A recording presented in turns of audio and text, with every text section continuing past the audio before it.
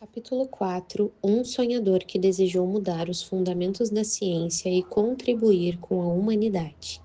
A C teve uma infância difícil, mas divertida. Seus pais trabalhavam na lavoura quando adolescentes. Tiveram enormes dificuldades financeiras. De seu casamento, nasceram-lhe 6 filhos.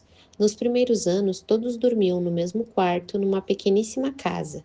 Espaço apertado, coração grande, a casa de AC era uma bela confusão. Mas havia alegria na miséria, criatividade na escassez. As crianças faziam uma festa com quase nada. O prazer de viver sempre penetrou nas alamedas dos que exigem pouco para serem felizes. Os que exigem muito possuem um apetite psíquico insaciável. Sua mãe era uma fonte de sensibilidade, afetiva, dócil, amável, mas portadora de fobia social. Nunca saía de casa sozinha. Era incapaz de levantar a voz para alguém. Para conter a guerra que seus filhos realizavam, ela fazia as malas e ameaçava ir embora. Porém, tomava o caminho do quintal. Comovidas, as crianças pediam para ela voltar e se aquietavam naquele dia. Quando a C tinha 5 anos, seu canário morreu. Um parente próximo, querendo lhe ensinar o caminho da responsabilidade, disse que o canário tinha morrido de fome porque ele não o alimentava. Essa frase, aparentemente ingênua, foi registrada de maneira superdimensionada nas camadas íntimas do inconsciente do menino, gerando uma janela com um alto volume de tensão. A consequência? Um grande sentimento de culpa. O fenômeno do alto fluxo, responsável por produzir milhares de pensamentos diários para nos distrair, gerar sonhos e prazeres, ancorava-se nessa janela doentia e ali frequentemente. A C chorava escondido, pensando na dor da fome do seu canário. Pequenos gestos marcam uma vida.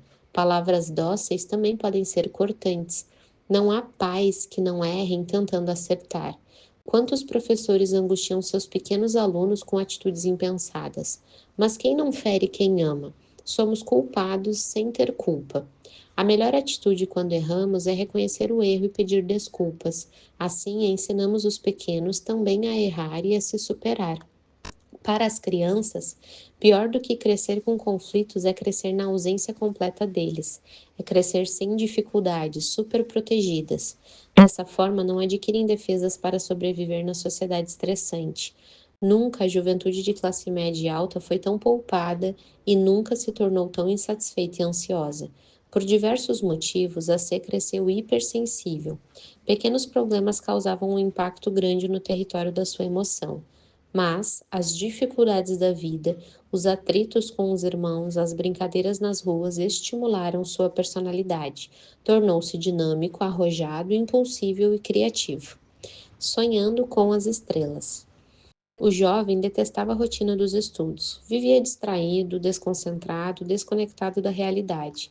As dificuldades iniciais dos seus pais contrastavam com a grandeza dos seus sonhos. Seu pai tinha um problema cardíaco e desde cedo estimulou o filho a ser médico. Embarcando nesse sonho, a C ambicionou ser não apenas médico, mas também cientista. Desejava descobrir coisas que ninguém pesquisara, desvendar enigmas ocultos aos olhos. Era um sonho muito grande para quem considerava a escola o último lugar em que gostaria de estar. Sonhar sempre foi um fenômeno psíquico democrático. Os miseráveis podem sonhar mais do que os abastados, os psicóticos podem velejar mais do que os psiquiatras. Para sonhar, basta ser um viajante no mundo das ideias e percorrer as avenidas do seu ser. Quem não faz essa viagem, ainda que percorra os continentes, ficará paralisado na arte de pensar. O mundo dos sonhos sempre pertenceu aos viajantes. Você é um deles?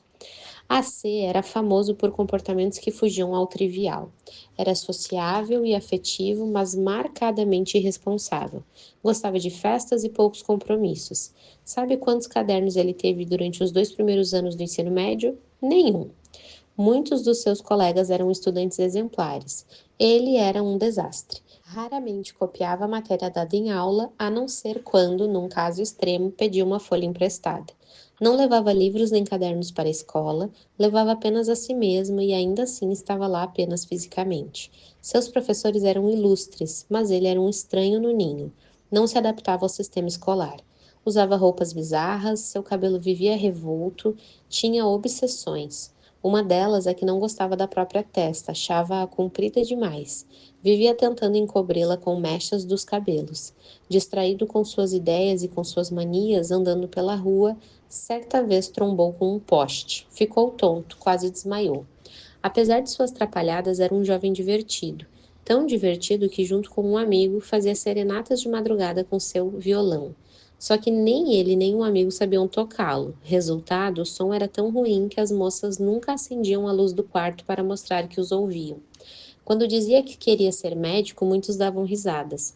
Nem seus amigos mais íntimos acreditavam nele. Dizer que queria ser um cientista era uma heresia para quem não prestava atenção nas aulas. Não apostavam nele nem mesmo por compaixão. A C dava motivos para isso. Seus pais continuavam sendo seus grandes incentivadores. Pai e mãe podem ser maravilhosos quando enxergam nos filhos o que ninguém consegue ver, quando apostam que eles têm ouro no coração, apesar de só ser possível perceber cascalhos sobre eles. Chegou um momento em que a C parou de brincar com a vida, resolveu levá-la a sério. Não queria ficar à sombra do seu pai, queria construir sua própria história. Deixou as festas, as orgias, o convívio com amigos e resolveu ir atrás de seus sonhos. O velho ditado diz: pau que nasce torto, morre torto.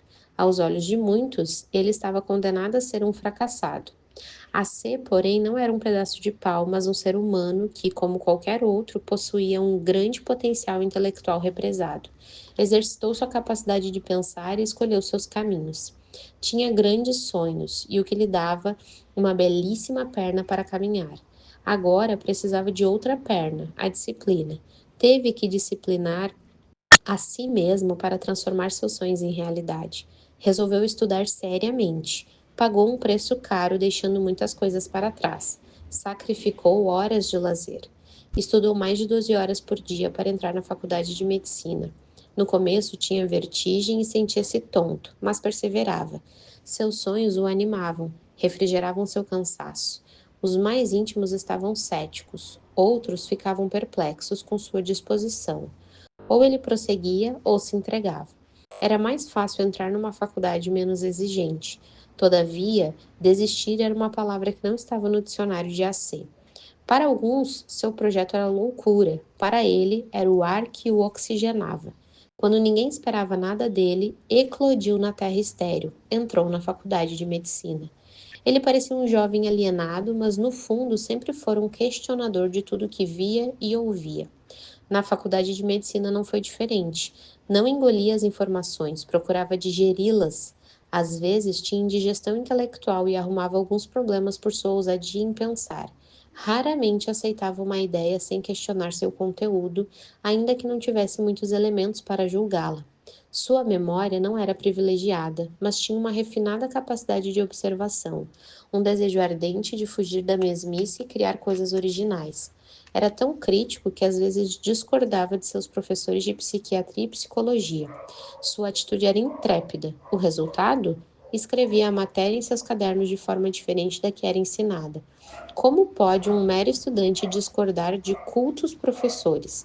Não dava para saber se era um teimoso, uma pessoa fora da realidade ou um amante da sabedoria. Talvez fosse uma mistura de tudo isso.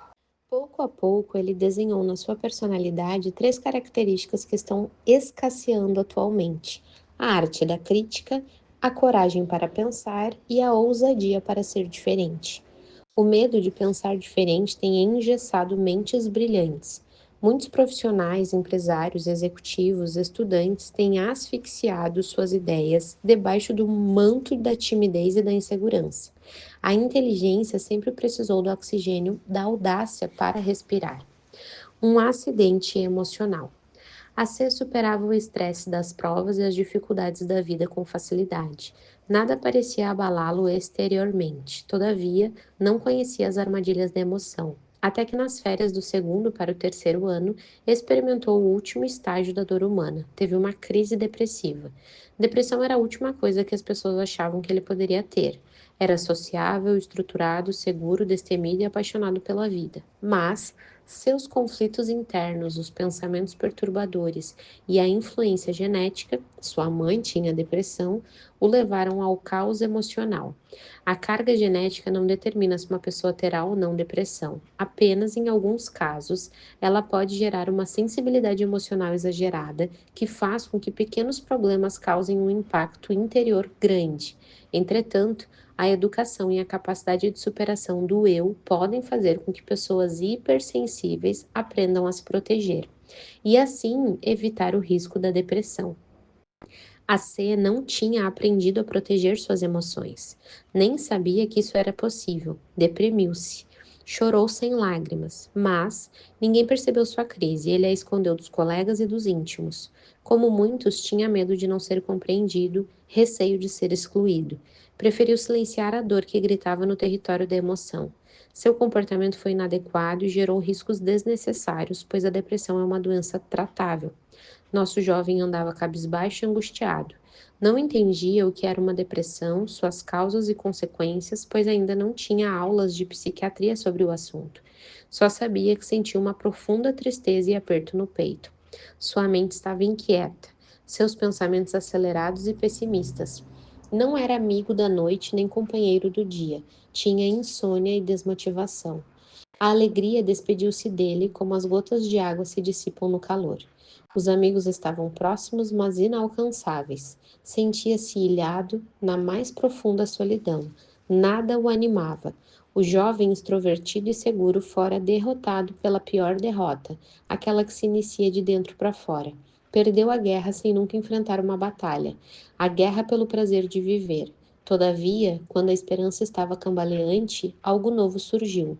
Voltou para dentro de si mesmo. Começou a questionar qual o sentido de sua vida e qual sua postura diante do próprio sofrimento. Percebeu que tinha se conformado com seu drama emocional, não lutava interiormente, era um escravo sem algemas.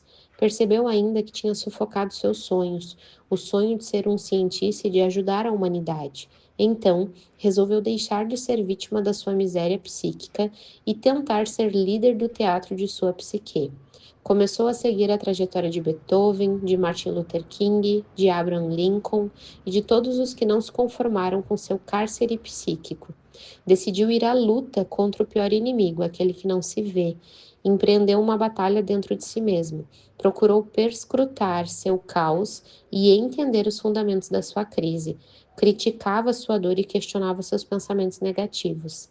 Einstein queria explicar as forças do universo, a relação do espaço e do tempo.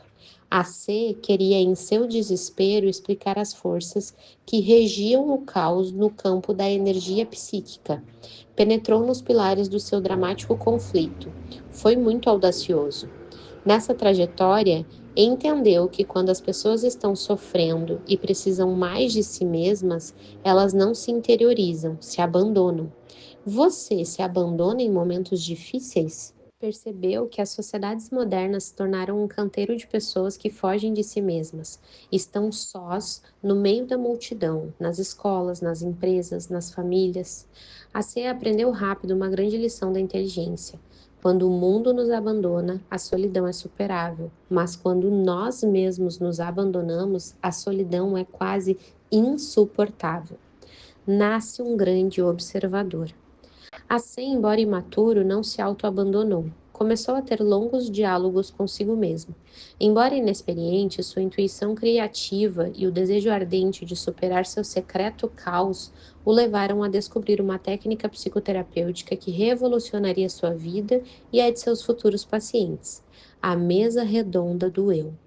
A mesa redonda do eu é o resultado do desejo consciente do ser humano de debater com todos os atores que financiam as doenças psíquicas, como a síndrome de pânico, a depressão, a ansiedade, sejam os atores do passado, contidos no nosso inconsciente, sejam os do presente, pensamentos, sentimentos e causas externas. É uma técnica que fortalece a capacidade de liderança do eu e estimula a arte de pensar.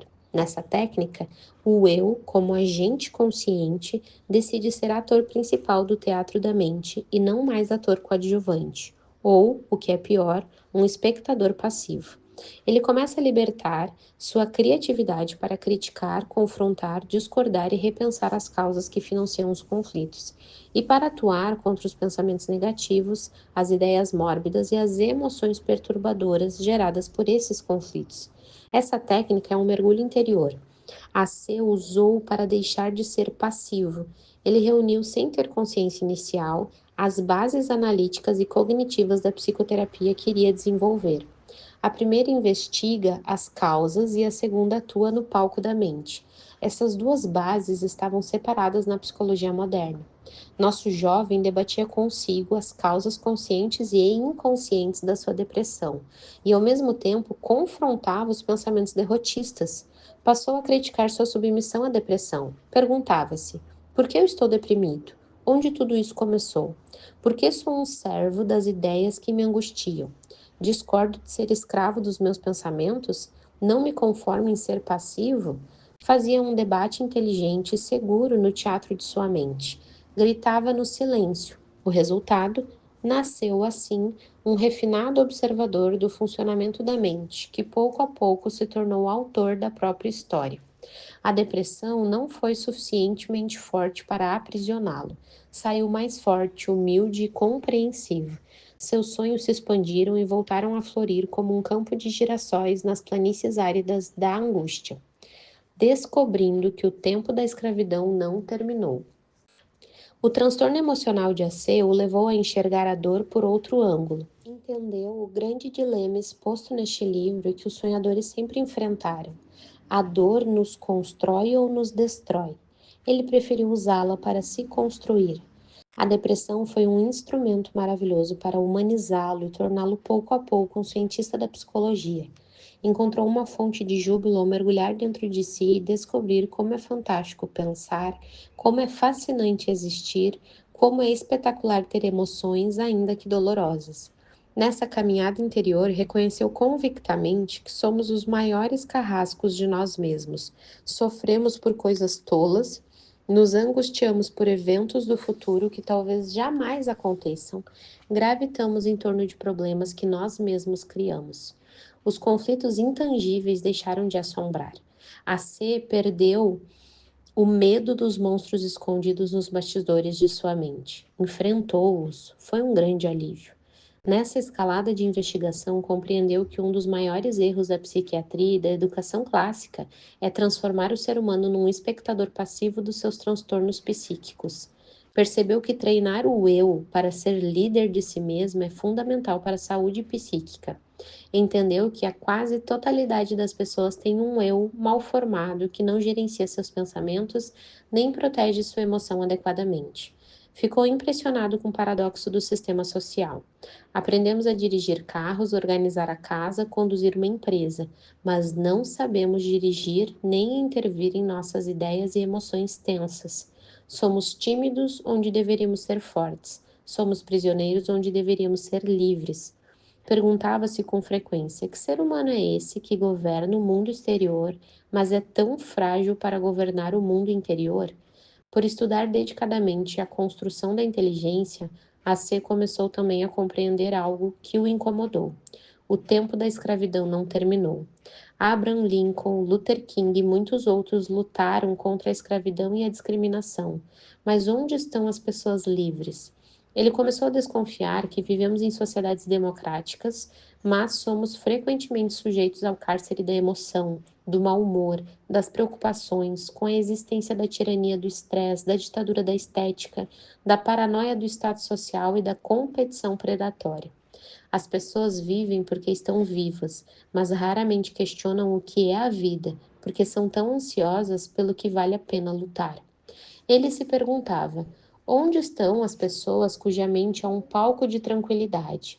Onde estão as pessoas que contemplam o belo, que extraem prazer das pequenas coisas, que investem naquilo que o dinheiro não compra? Procurava-as no tecido social, mas não as encontrava. Anos depois, quando a C tornou-se um psiquiatra, passou a aplicar as técnicas e os conhecimentos que desenvolveu naquela época em seus pacientes. Seu primeiro paciente tinha uma grave e crônica síndrome do pânico associada à fobia social. Fazia 12 anos que não saía de casa, não comparecia a festas e nem visitava amigos. Era um prisioneiro dentro e fora de si. A C procurou compreender as causas psíquicas e sociais do seu conflito e pediu que ele fizesse a mesa redonda em seu íntimo e desenvolvesse a arte da crítica e da dúvida contra sua masmorra psíquica. O paciente resgatou a liderança do eu, deixou de ser vítima dos seus conflitos e passou a ser agente modificador da sua história. Em poucos meses, reeditou o filme do inconsciente, resolveu o pânico e a fobia social, encontrou o tesouro da psique, a liberdade interior.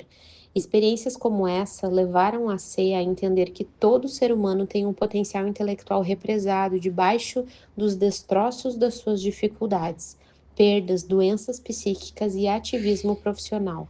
Felizes são os que se libertam.